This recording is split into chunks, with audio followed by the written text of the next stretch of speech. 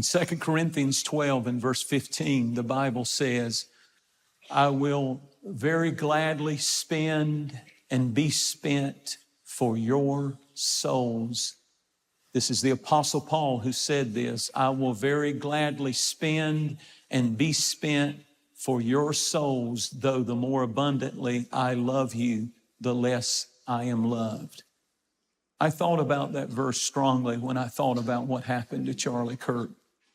He was willing to spend and be spent and be despised for what he believed and what he said, the freedom of speech that you have the right to believe and say what you want to say and do it in a civil way, not in a violent or threatening or dominating way that overwhelms and says silence every other voice. Acts 13 and verse 36 said, and David served his generation. I love that. He served his generation by the will of God and then fell asleep. And that is a description of this Christian leader, Charlie Kirk.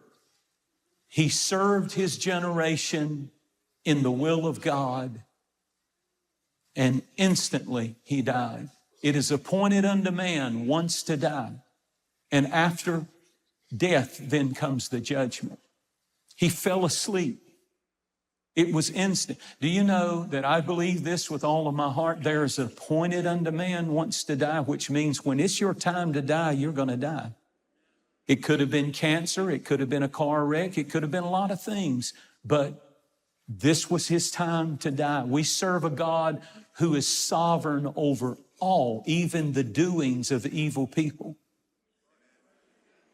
And so do everything that you can do, but you have to have God sovereignty over your life.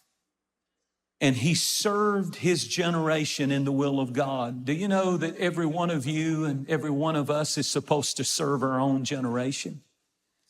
We're called to serve our generation. God has great things ahead of this generation of young people. I believe that every one of you 31 and under and 31 and over, because that is a generation. We're all a part of this generation, and we need to be serving God, and we need to be doing God's will.